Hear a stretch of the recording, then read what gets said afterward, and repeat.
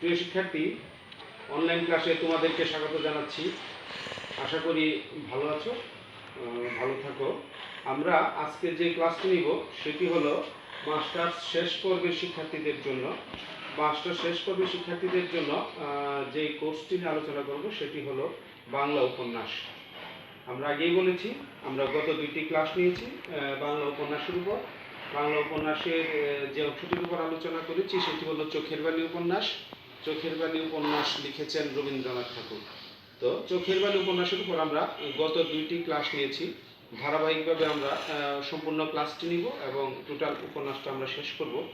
আমরা গত দুইটি ক্লাসে চোখের বালি উপন্যাসের রচিত হওয়ার প্রেক্ষাপট নিয়ে আলোচনা করেছি এবং কোন পরিবেশে এবং কোন সমাজকে নিয়ে চোখের বালি উপন্যাসটি রচিত হয়েছে সেটি নিয়ে আমরা আলোচনা করেছি এবং আমরা বলেছি যে চোখের বালি উপন্যাসটি তিনটি ধাপে আমরা আলোচনা করব। তিনটি ধাপে আমরা ভাগ করে চোখের বালি উপন্যাসটি আলোচনা করব। আমরা প্রথম ধাপের আলোচনা শেষ করেছি। প্রথম ধাপে আমরা দেখেছি বিনোদিনী বিধবা হওয়া থেকে শুরু করে আমরা দেখলাম যে মহেন্দ্র প্রথমে বিবাহ করতে নিরুৎসাহিত ছিলেন এবং আশালতাকে দেখার পর মহেন্দ্র বিবাহ করার জন্য উৎসাহিত হলেন এবং আস্তে আস্তে বিভিন্ন চড়াই উতরাই পেরিয়ে তিনি আশালতাকে বিয়ে করলেন, সংসারে নিয়ে আসলেন। তো তাদের যে একটা নতুন বিবাহ হওয়ার পর যে ঘনিষ্ঠ সম্পর্ক এবং তাদের ঘরকন্যার কাজে যে নিরুৎসাহ, এটাতে রাজলক্ষ্মী, মহেন্দ্রর মাতা রাজলক্ষ্মী অত্যন্ত প্রসন্ন ছিলেন না, তাই তিনি তার বাপের বাড়িতে চলে গিয়েছিলেন এবং এক পর্যায়ে মহেন্দ্রের চিঠির জন্য অপেক্ষা করছিলেন। তো যে মহেন্দ্র একটি চিঠি দিয়েও ছিল কিন্তু সেটাতে রাজলক্ষ্মীর কথা খুব একটা ছিল না। পরে আবার বিহারী এসে মহেন্দ্রর কাছ থেকে একটি চিঠি লিখে রাজলক্ষ্মীকে আনতে চলে গেল। এইটা ছিল প্রথম ধাপে ঘটনা। প্রথম ধাপে আসলে ছিল তাদের নতুন জীবনের ঘর সংসারের ঘটনা, সেটাই ছিল প্রথম ধাপে। আমরা এখন দেখি দ্বিতীয় ধাপে এসে কাহিনীটা কতটুকু এগিয়ে গেছে, সেটা হলো আমরা দ্বিতীয় ধাপের আলোচনা আমরা আজকে করব। দ্বিতীয় ধাপটি শুরু হয়েছে 10ম পরিচ্ছেদ থেকে 16 পরিচ্ছেদ পর্যন্ত। তো আমরা অনেকেই বলে 9ম পরিচ্ছেদ থেকে, আসলে 9ম পরিচ্ছেদ অত্যন্ত ছোট, সেটাতে কোনো ঘটনা, গুরুত্বপূর্ণ ঘটনা নেই। সেটাতে শুধু বিহারী আসলো, একটি চিঠি লিখে আবার রাজলক্ষ্মীকে আনতে চলে গেল। এই পর্যন্ত ছিল আমাদের প্রথম ধাপ। এখন দ্বিতীয় ধাপে আমরা দেখব রাজলক্ষ্মীকে ফিরিয়ে নিয়ে আসলো বিহারী, আনলো এবং সাথে নিয়ে আসলো বিনোদিনীকে। এই প্রথম বিনোদিনী কলকাতা শহরে আসলো, কার সাথে? রাজলক্ষ্মীর সাথে। এবং এই যে তার কাঙ্ক্ষিত আশা এবং মহেন্দ্র কাঙ্ক্ষিত যে তার দুটি চরিত্র, যে চিঠি বলে দুটি চরিত্র সম্পর্কে তিনি কল্পনা করেছিলেন, সেই দুইটি চরিত্রের একটি চরিত্রের সাথে তার দেখা হলো, সেটা হলো আশালতা। আশালতার সাথে 10ম পরিচ্ছেদে এসে আশালতার সাথে দেখা হলো এবং দুইজনে একটা সখ্যতা গড়ে উঠলো এবং তারা বলল যে আসলে আমাদের এই সখ্যতার একটা নাম দেওয়া দরকার। তখন বিনোদিনী নাম দিল চোখের বালি। 10ম পরিচ্ছেদে এসে আমরা দেখলাম দুজনের মধ্যে সম্পর্কের একটা আমরা নাম পেলাম, সেটা হলো চোখের বালি। তো 10ম পরিচ্ছেদের শেষ অংশটা ছিল এরকম: শ্রুতি মধুর নামের দিকেই আসার ঝোঁক ছিল, কিন্তু বিনোদিনীর পরামর্শে আদরের গালিটি গ্রহণ করিল। বিনোদিনীর গলা ধরিয়া বলিল চোখের বালি, বলিয়া হাসিয়া লুটাইয়া পড়িল। এই যে চোখের বালি নামটা দিল 10ম পরিচ্ছেদে এসে। কে দিল? বিনোদিনী। তাদের দুজনের সম্পর্কের নাম দিল চোখের বালি। তো এই 10ম পরিচ্ছেদ থেকে আসলো 11তম পরিচ্ছেদে। 11তম পরিচ্ছেদের ঘটনাটা শুরু হয়েছে যে আশার পক্ষে সঙ্গিনীর বড় দরকার হইয়াছিল। ভালোবাসার উৎসবও কেবলমাত্র দুটি লোকের দ্বারা সম্পন্ন হয় না, সুখালাপের মিষ্টান্ন বিতরণের জন্য বাজে লোকের দরকার হয়। তো আশালতাও যে দুজন ছিল, আশালতা মহেন্দ্র দুজনের যে সুখ স্মৃতি ছিল, সুখ সম্পর্ক ছিল, সেটা আসলে দুজনের মধ্যে থেকে সম্পর্কটা আসলে তারা তেমন একটা উপভোগ করতে পারছিল না। তাদের জন্য দরকার ছিল তৃতীয় একটি চরিত্র। এই তৃতীয় একটি চরিত্র হলো বিনোদিনী। তো বিনোদিনীকে পেয়ে আশাও অত্যন্ত সুখে বিহ্বল হয়ে উঠলো। দুজনে খুব ভালোভাবে সময় কাটলো। আশাও ঘর সংসারের কাজে মন দিল। রাজলক্ষ্মী বাপের বাড়ি থেকে এসে সেও বুঝলো যে এতদিনে তার বউ লক্ষ্মী, বউ তার হয়তো তার অনুপস্থিতি তার মধ্যে এই জেগেছে যে আসলে ঘর সংসারের কাজ করতে হবে। তো এইভাবেই কাহিনীটা সামনের দিকে এগিয়ে নিয়ে গেল। তো আশালতা আর বিনোদিনীর সাথে দুজনের অত্যন্ত ঘনিষ্ঠ সম্পর্ক গড়ে উঠলো। আর বিনোদিনী বিভিন্নভাবে সাজিয়ে গুছিয়ে মহেন্দ্রর কাছে পাঠায় এবং তাদের সংসারের অনেক তাদের প্রেমের অনেক আলাপ বিনোদিনী ইচ্ছা করে শুনতে চায়, হয়তো ভালো লাগে শুনলে। তাকে বিভিন্ন প্রশ্ন জিজ্ঞেস করে এক কথা একাধিকবার সুন্দরভাবে গুছিয়ে আশালতা বলতে পারে না, কিন্তু তারপরে একই কথা বারবার সে শুনতে ইচ্ছা প্রকাশ করে। এই হলো আশালতার সাথে বিনোদিনীর 11তম পরিচ্ছেদে এসে দুইজনের সুন্দর সখ্যতা গড়ে ওঠে। 11তম পরিচ্ছেদের শেষের দিকে এসে যে কথাটি আমরা পাই সেটা হলো, কিন্তু লঙ্কা মরিচ শাকটা যে কি তাহা বিনোদিনী বুঝিতেছিলেন, কেবল সঙ্গে তাহার তরকারি ছিল না। তাহার শিরায় শিরায় যেন আগুন ধরিয়া গেল। সে যে দিকে চায় তাহার চোখে যেন স্ফুলিঙ্গ বর্ষণ হইতে থাকে। এমন সুখের ঘরকন্যা, এমন সুহাগী স্বামী, এই ঘরের যে আমি রাজার, এই ঘরকে যে আমি রাজার রাজত্ব, এ স্বামীকে যে আমি পায়ের দাস করিয়া রাখিতে পারিতাম, তখন কি এ ঘরের এই দশা, এ মানুষের এই ছিঁড়ি থাকিত? আমার জায়গায় কিনা এই কচি খুকি, এই খেলার পুতুল। তা ভাই চোখের বালি, বলো না ভাই, কাল তোমাদের কি কথা হইল ভাই? আমি তোমাকে যাহা শিখাইয়া দিয়াছিলাম তাহা বলিয়াছিলে। তোমাদের ভালোবাসার কথা শুনিলে আমার ক্ষুধা তৃষ্ণা থাকে না ভাই। এই যে শেষে এসে 11তম ইয়েতে এসে বিনোদিনী এসে নিজে কল্পনা করে নিল এই ঘরটা আমার হতে পারতো। একসময় মহেন্দ্রের সাথে তার বিয়ের আলাপ চলছিল, তো যদি বিয়ে হতো সেই ঘরও আমার হতো। এই যে তার স্বামী যারা এত সুখে শান্তিতে ঘর কন্যা করছে, সেই সুখের ঘর আমার হতে পারতো, আমার একেবারে দাস করিয়া রাখিতে পারতাম মহেন্দ্রকে। এই চিন্তা বিনোদিনীর মধ্যে আস্তে আস্তে জাগতে লাগলো এবং আশালতাকেও সে বিভিন্ন কথা খুঁটিনাটি জিজ্ঞেস করে সেই কথা বের করতে লাগলো। বারবার সেই কথাগুলি সে শুনতে থাকলো। এক পর্যায়ে বলো, আমি যে কথা শিখিয়ে দিয়েছি তুমি কি সেই কথাগুলি মহেন্দ্রকে গিয়ে বলেছিলে কিনা। তো এই হলো 11তম পরিচ্ছেদের ঘটনা। এখন আমরা যাব 12তম পরিচ্ছেদে। 12তম পরিচ্ছেদও সেই একই ঘটনা, গুরুত্বপূর্ণ ঘটনা নয়। বিনোদিনীর সাথে আশার সেই সখ্যতা এবং আশা বিনোদিনী আশাকে সাজিয়ে গুছিয়ে মহেন্দ্র এখানে পাঠায়। আশাও অত্যন্ত আনন্দিত হয়।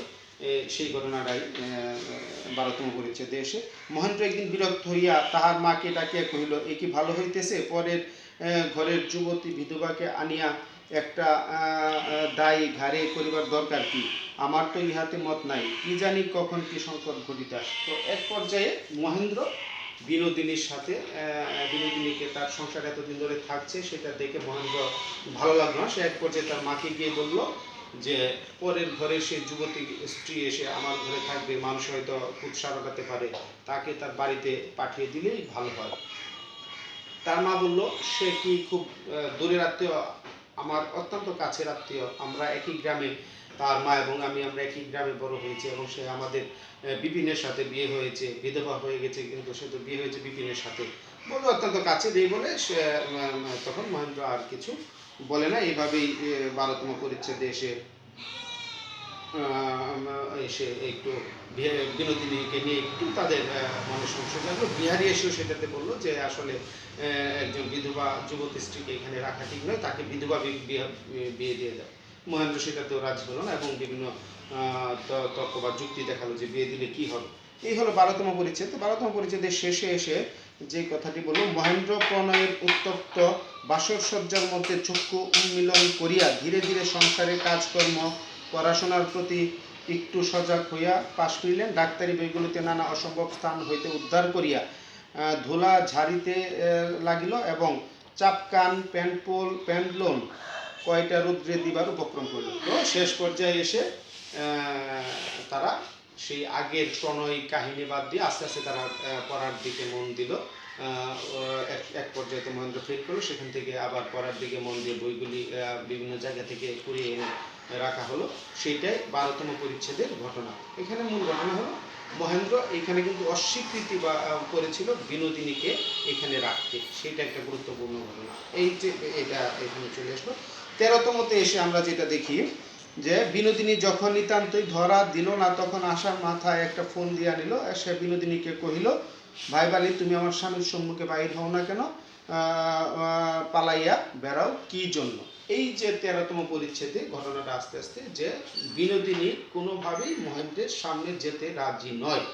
এক পর্যায়ে আশালতা অত্যন্ত জোর করে ধরলো যে বিনোদিনীকে মহেন্দ্রের সাথে দেখা করাবি। তো প্রথম দেখাটা আসলে আশালতাই বিনোদিনী এবং মহেন্দ্রকে করিয়ে দেয়। তো এইখানে এসে মহেন্দ্র যখন বলে যে দেখা করার জন্য, বিনোদিনী এক পর্যায়ে রাজি হয় না যে সে মহেন্দ্রের সাথে দেখা করবে না। কিন্তু আশালতা অত্যন্ত ছল করে একটা কাঁথা সেলাই করতে বসে সেইখানে তারা একটা প্ল্যান করে যে মহেন্দ্র সেইখানে যাবে হঠাৎ করে পিছন দিক দিয়ে, তখন আশার সাথে তার দেখা হবে। তো এইভাবে প্রথম দেখাটা হয় ছলের মাধ্যমে বিনোদিনীর সাথে মহেন্দ্রের। তো বিনোদিনী শেষ করে 13 পরিচ্ছেদে প্রথম তাদের দেখা হয় এবং 13 পরিচ্ছেদের শেষের দিকে এসে সেই দেখাটা হয় এবং বিনোদিনী অল্প কিছুক্ষণ পরে সেখান থেকে চলে যায়। এটা এখানে বর্ণনা আছে যে বিনোদিনী কহিল, সে অভিশাপকে আমি ভয় করি না, কেননা আপনার অনেকক্ষণ খুব বেশিক্ষণ হইবে না বোধ হয় সময় উত্তীর্ণ হইয়া আসিল বলিয়া আবার সে উঠিবার চেষ্টা করিল। আশা তাহার হাত চাপিয়া ধরিয়া বলিল, মাথা খাও আর একটু বসো। এই হলো মানে প্রথম মহেন্দ্রের সাথে বিনোদিনীর সাক্ষাৎ হয়, দেখা হয়।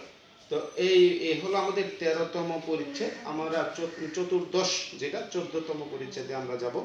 14তম পরিচ্ছেদে এসে তাদের যে এই অল্প একটু দেখা, আশা বারবার আগ্রহের সাথে তার স্বামীকে জিজ্ঞেস করতে থাকে যে আসলে বিনোদিনীকে তার চোখের বালিকে কেমন লেগেছে। মহেন্দ্র তেমন খুব একটা আগ্রহের সাথে উত্তর দেয় বলে এরকম মনে হয় না, যা অল্প একটু তো দেখা হলো, আবার যখন দেখা হবে কথা হবে তখন হয়তো বলবে যে তাদের কেমন লেগেছে। তো এই আবার দেখা করানোর জন্য মহেন্দ্র আশালতা মহেন্দ্রকে নিয়ে আরেকটি নাটক সাজায় যে বিনোদিনী যখন একলা থাকবে বা বিনোদিনীকে ছবি তোলার ছল করে মহেন্দ্রের সাথে তার দেখা করাবে। বিনোদিনীও তার তখন আস্তে আস্তে ইচ্ছা জাগলো যে এই সংসার তো আমার হইতে পারতো, তাহলে আমি কেন নিজেকে বঞ্চিত করব। তো এই বিনোদিনী একদিন তার ঘরের মধ্যে গিয়ে ছল করে সে চোখ বুঝে এক জানালার পাশে বসে থাকে। মহেন্দ্র গিয়ে সেখানে গিয়ে ছবি তুলে। প্রথম ছবিটা ভালো হয় নাই বলে হঠাৎ জেগে উঠে বিনোদিনী বলে যে না, এইভাবে না বলে ছবি তোলা ঠিক হবে না। কিন্তু পরে এক পর্যায়ে রাজি হয়। মহেন্দ্র প্রথম ছবিটা তুলে সেটা ইচ্ছা করে নষ্ট করে ফেলে এবং দ্বিতীয় ছবিটাও যেটা তুলে সেটাও ভালো হয় নাই বলে সে ইচ্ছা করে নষ্ট করে। এইভাবে তাদের আস্তে আস্তে সখ্যতা গড়ে উঠতে থাকে। এটা হলো দ্বিতীয় ধাপ। দ্বিতীয় ধাপের 15তম পরিচ্ছেদে এসে যেটা শুরু হয়, বাহির হইতে নাড়া পাইলে ছাই চাপা আগুন আবার জ্বলন্ত হইয়া উঠে, নবদম্পতি প্রেমের উৎসব যেটুকু ম্লান হইতেছিল তৃতীয় পক্ষের ঘাকাইয়া সেটুকু আবার জাগিয়া উঠিল। তো এই যে দুইজনের যে সম্পর্ক এক পর্যায়ে এসে যখন তার মা চলে গেল, দুইজনের মধ্যে দাম্পত্য প্রেমের একটা এটা কি বলা যাবে, দাম্পত্য সম্পর্কের মধ্যে একটা আস্তে আস্তে যেটাকে বলে যে দুজনের মধ্যে সম্পর্কের মধ্যে একটু টানাপোড়ান তৈরি হলো। তো টানাপোড়ানটা এক পর্যায়ে এসে আবার তৃতীয় পক্ষের ঘাকে এসে আবার তাদের মধ্যে সুসম্পর্ক গড়ে উঠতে শুরু করলো। কিন্তু এই যে বিনোদিনীর সাথে মহেন্দ্রের দেখা হলো সেইটার একটা মনস্তাত্ত্বিক সম্পর্ক এখান থেকে তৈরি হয়ে গেল। বিনোদিনীও মহেন্দ্রের সাথে মনে মনে ইচ্ছা ছিল সাথে দেখা করবে, মহেন্দ্র মনে মনে ইচ্ছা জাগে যে বিনোদিনীর সাথে দেখা হবে, কিন্তু তাদের আর দেখা হয় না। এক পর্যায়ে মনে হয় যে দেখা করা ঠিক হবে না, এক পর্যায়ে মনে হয় দেখা করা যৌক্তিক। এই যে তাদের মধ্যে শুরু হলো দ্বিতীয় ধাপে এসে তাদের দেখা দেখা। তো এইটা নিয়ে বিহারী যখন বুঝতে পারলো তখন বিহারীর সাথে আবার মহেন্দ্রের একটা দূরত্ব তৈরি হয়ে গেল। এক পর্যায়ে মহেন্দ্র বিহারীর বাড়িতে গিয়ে বিহারীকে বললো যে তুমি যদি আমাদের বাড়িতে যাও বিনোদিনীর সামনে এসে পড়ো। তো বিনোদিনী সেটা পছন্দ করে না। সে বলল ঠিক আছে, যেহেতু বিনোদিনী পছন্দ করে না, বিনোদ বৌঠান বলে, বিনোদ বৌঠান যেহেতু পছন্দ করে না তাহলে আমি আর বাড়িতে যাব না। মহেন্দ্র খুব খুশি হলো যে অল্প কথায় বিহারী সেটা মেনে নিল। কিন্তু বিহারী কিছুক্ষণ পরে আবার মহেন্দ্রের বাড়িতে গিয়ে বিনোদিনীকে জিজ্ঞেস করলো যে আমি আসলে তোমার সমস্যা হয় কিনা। তো বিনোদিনী বলল যে না, তুমি আসলে আমার সমস্যা হবে কেন। তো বিহারী এইখান থেকে বিহারী এবং মহেন্দ্রের দুজনের মধ্যে একটা মনোমালিন্য, একটা দুজনের মধ্যে একটা মনোমালিন্য তৈরি হয়ে গেল। দুজন দুজনকে কেমন যেন সন্দেহ করতে শুরু করলো বিনোদিনীকে নিয়ে। এই প্রথম তাদের দুজনের মধ্যে টানাপোড়েন শুরু হয়। আগে এরকম ছিল না। আশাকে বিয়ে করার মধ্যেও তাদের আর কোনো ছিল না, কিন্তু এক পর্যায়ে বিনোদিনী আশার সাথে বিভিন্ন বিহারীকে নিয়ে বিভিন্ন ঠাট্টা করা শুরু করলো। সেইটা আবার আশাও পছন্দ করে না, বিহারীও পছন্দ করে না। দুজনের মধ্যে আশাকে নিয়ে বিভিন্ন ছল, বিভিন্ন ঠাট্টা বিনোদিনী ছোটোখাটো ছল ঠাট্টা এগুলো করতো। আশার সাথে বিনোদিনী একসাথে যখন 4 জন থাকতো তখন এই ছোটোখাটো ঘটনা নিয়ে 15তম ইয়েতে এগিয়ে গেল। সে 15তম পরিচ্ছেদের শেষে এসে যখন বলল যে বিহারী কিছু তীক্ষ্ণ স্বরে কহিল, ঠিক কথা, বন্ধু চিকিৎসা কিছু বন্ধুই করিবে। আমি মাথা ধরা আনিয়াছিলাম, আমি তাহার সঙ্গে লইয়া চলিলাম। অডিকলন আর বাজে খরচ করবেন না। আশার দিকে চাহিয়া কহিল, বোঠান, চিকিৎসা করিয়া রোগ সারানোর চেয়ে রোগ না হইতে দেওয়াই ভালো। মানে এই যে বিহারী হঠাৎ করে ঘরে ঢুকে গেল, তারা 3 জন আলোচনা করতেছিল। মানে 15তম যে পরিচ্ছেদের মধ্যে এরকম ছিল যে 3 জনের একটা টুকটাক আনন্দের একটা কথাবার্তা চলছিল। এই সময় হঠাৎ করে বিহারী চলে আসায় মহেন্দ্র একটু অসুখের ভাব ধরলো। সে অভিনয় করতে লাগলো যেন তার অসুখ হয়েছে। সেটা দেখে বিনোদিনী সেই যে অসুখ ওডিকোলন বরফ জলে মিশিয়ে তার মাথায় দেওয়ার জন্য নিয়ে আসলো। তো প্রথমে যে আশা দিতে গেল সেটা তার চোখে পড়লে একটু চোখ জ্বলা শুরু করলো। তখন বললো যে তুমি এই হাতে তুমি দিতে পারবে না। বিনোদিনী গিয়ে সেটা দেওয়া শুরু করলো। তখন বিহারীও বুঝতে পারলো সেটা একটা অভিনয় ছিল। তো এই জন্য বিহারী বললো যে আমি আশাতে যেহেতু অসুখ হয়েছে, আমি চলে গেলে অসুখটা সেরে যাবে, আমি চলে যাচ্ছি, অযথা ওডিকোলন আর বরফ জল খরচ করবেন না। এটা ছিল 15তম পরিচ্ছেদের কাহিনী। 16তম পরিচ্ছেদ, যেটা দ্বিতীয় ধাপে শেষ পরিচ্ছেদ, সেটা হলো বিহারী ভাবিল আর দূরে থাকিলে চলিবে না, যেমন করিয়া হোক ইহাদের মাঝখানে আমাকেও একটা স্থান লইতে হইবে। ইহাদের কেহই আমাকে চাহিবে না, তবু আমাকে থাকিতে হইবে। এই যে তারা 3 জন যখন বিনোদিনী, মহেন্দ্র এবং আশালতা তো আসলে সরল বিশ্বাসে এবং সরল মনে দুজনকে দেখা করিয়েছে। তার সখ্যতা গড়ে উঠেছিল বিনোদিনীর সাথে, এই জন্য তার সখীকে তার স্বামীর সাথে কথা বলে দিবে সেটার জন্য গিয়েছিল। কিন্তু সেটার সম্পর্ক অন্যদিকে যখন গড়াচ্ছিল, বিহারী যখন সেটা বুঝতে পারলো, তো এই বিহারী বোঝার মতো থেকেই তাদের বিহারীর সাথে একটু মনোমালিন্য তৈরি হলো। একসময় বিহারী ভাবলো যে না, আমি দূরে থাকলে চলবে না, তাদের সাথে আমাকেও মিশতে হবে, কারণ সেই ঘটনাটা খেয়াল রাখতে হবে। তো বিহারী ইচ্ছা করি আবার তাদের সংসারে গিয়ে ঢুকলো, আবার তাদের সাথে চলাফেরা শুরু করলো। এক পর্যায়ে এসে রাজলক্ষ্মী এসে মহেন্দ্রকে বলল যে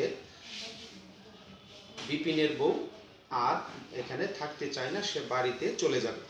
তো বিহারী বলছিল যে চলে গেলে আর বেশি দিন তো থাকতে পারবে না, আর একসময় চলে গেলেই। তো বিহারী রাজি ছিল, কিন্তু মহেন্দ্র এইখানে এসে 16তমতে এসে আর তাকে অত্যন্ত অনুরোধ করলো যে সে থাকার জন্য, কেন সে যাবে, সে থাকার জন্য অনুরোধ করলো। আশাও এসে বিনোদিনীকে, তার সখীকে এসে অনুরোধ করলো যে না, তোমাকে এখানে থাকতে হবে, তুমি কাজে কর্ম অত্যন্ত পটু, চমৎকারভাবে তুমি ঘর সংসারের কাজ করতে পারো, যেটা আশালতাও পারে না।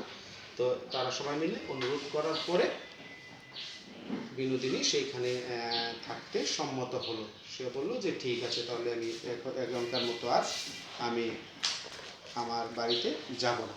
এই যে রাজলক্ষ্মী বিনোদিনীকে নিয়ে কলকাতা আসলো, এই যে মহেন্দ্রের সাথে তার দেখা এবং বিহারীর সাথে একটু মহেন্দ্রের মনোমালিন্য, সেটা নিয়ে এক পর্যায়ে মহেন্দ্র তাকে যাওয়ার জন্য তার মাকে পিটাপিটি করছিল।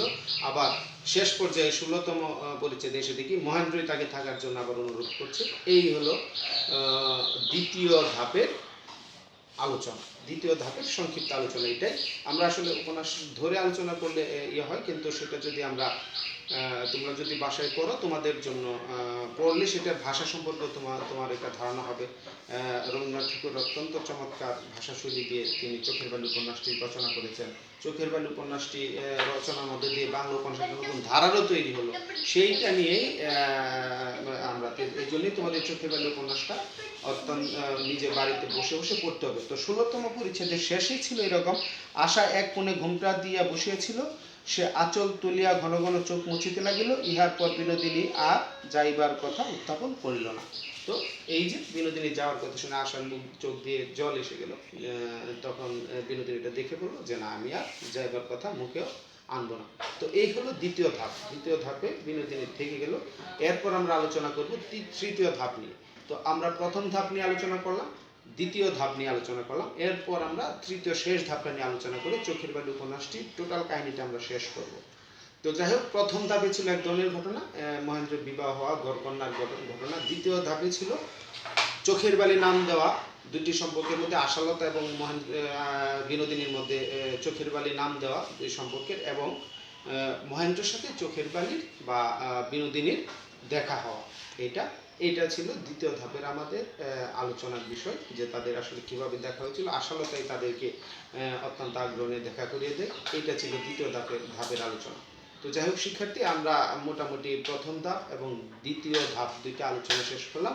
আমরা পরবর্তী ক্লাসে তৃতীয় ধাপের কিছু অংশ নিয়ে, যেহেতু তৃতীয় ধাপ 17 পরিচ্ছেদ থেকে একদম শেষ পর্যন্ত অনেক বড়, আমরা তৃতীয় ধাপটা কয়েকটা ক্লাসে আলোচনা করে তৃতীয় ধাপও শেষ করে দিব।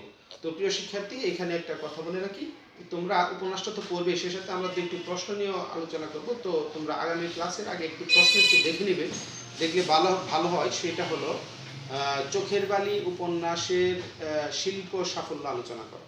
এটা একটা প্রশ্ন, তোমরা একটু দেখে নিবে। সেটাতে গঠন কৌশল, তারপরে চরিত্র নিয়ে আলোচনা পাবে, গঠন কৌশল, একটা উপন্যাসের গঠন কৌশল নিয়ে আলোচনা পাবে, এই মনস্তাত্ত্বিক দ্বন্দ্বটার আলোচনা পাবে, তারপরে ভাষাশৈলীর একটা আলোচনা থাকবে।